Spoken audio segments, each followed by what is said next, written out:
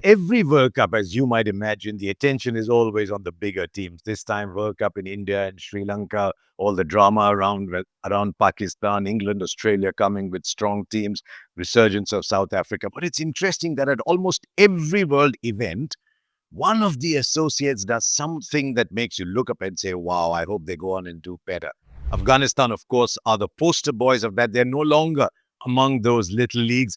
But if you remember the T20 World Cup in 2024, the United States suddenly said, come look at us. And players from the United States started to get known. We're going to talk about them shortly. Occasionally, Ireland or Scotland or Netherlands will start to produce a good performance. But this time, the one team that I really want to watch closely is Nepal. I've been hearing so many good things about Nepal. I read the scorecards and they seem to be doing very well. Some very, very good results in recent times, especially beating the West Indies in Sharjah. I know you could go and say the West Indies were not at strength, but remember, you beat any West Indies team if you are Nepal. It's something to be very proud and happy about. But particularly, they should be happy for having beaten Scotland in Scotland, because in the evolution of a team, how you play in away conditions, in difficult conditions, is often an indicator of how good you're likely to be. The other thing with Nepal is their fans. Everybody who has gone to Nepal to watch cricket comes back and tells me, you know what, those fans are wow. And my mind goes back to Bangladesh in 97 when they first got into the World Cup. Their fan base was extraordinary. Over the years, very, very emotional supporters. It's a huge pity from the fans' point of view that they won't be allowed to celebrate their team's performances or back their team's performances. But Nepal, with their fan base, is something to look forward to. The key there, though, is will Nepal ride on that fan base? Will it be like tailwinds that take them further, or will they get a little burdened by it? Will they be almost under pressure to prove to their fans that their wonderful recent form was not misplaced? So I'd be very interested in seeing how they go about it. They've got an Aussie coach, which is always very good because Aussie coaches are, come on, let's just go out and play, not worry about other things kind of people. Stuart Law's been around for a while. So I'm going to be looking at Nepal, especially at a trio of middle order players. That's Rohit Paudel, Arif Sheikh, and one of the superstars of Nepal cricket, Dipinder Singh Airi. Now, either side of them, I've not seen much, in fact, very little of Kushal Bhuttel, the opener, and I'm hearing very good things about Gulshan Jha because he's their big hitting player down the order. And you need players like those, especially for a team that's used to playing 140, 150 games and that'll have to play on bigger scoring grounds here in India. So that much about their batting. The bowling, Sompal, Karan Casey, they've carried the new ball bowling for a while.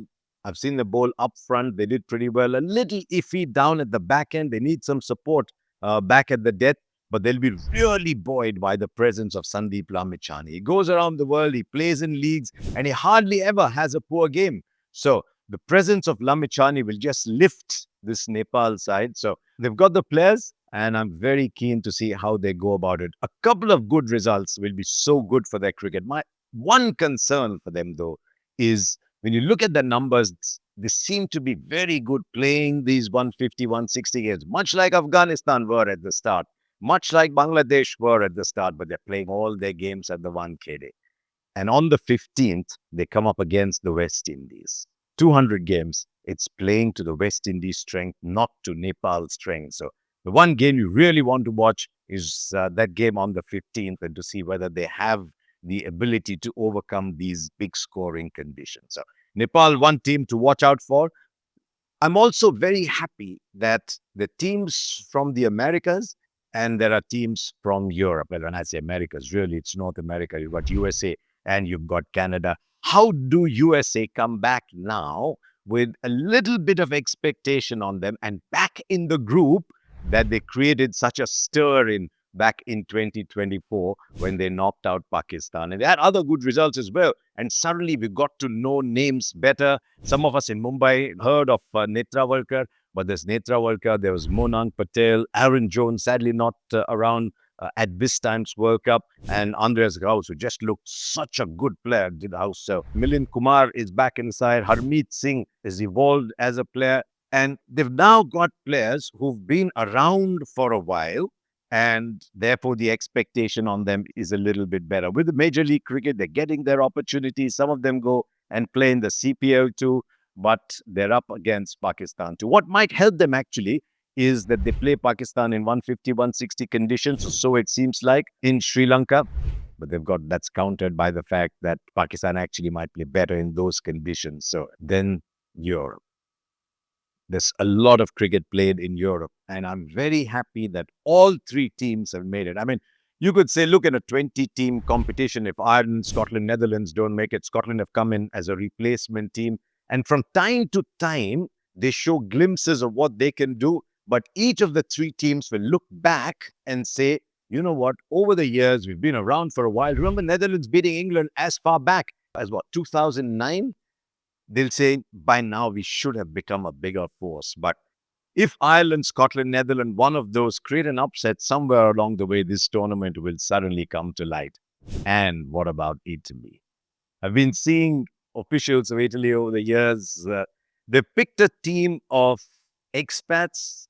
They picked a team of people who are available through citizenship, through ancestry. But everybody does that. That's an essential part of evolution. So they've got the likes of the Menentis and Smuts coming in. From their point of view, though, even a come look at me performance here and there is going to be good enough. But I think this is very good for the evolution of the game in Europe. So far, you think of Europe, you think of England. Yeah, there's a bit of Ireland and Scotland somewhere.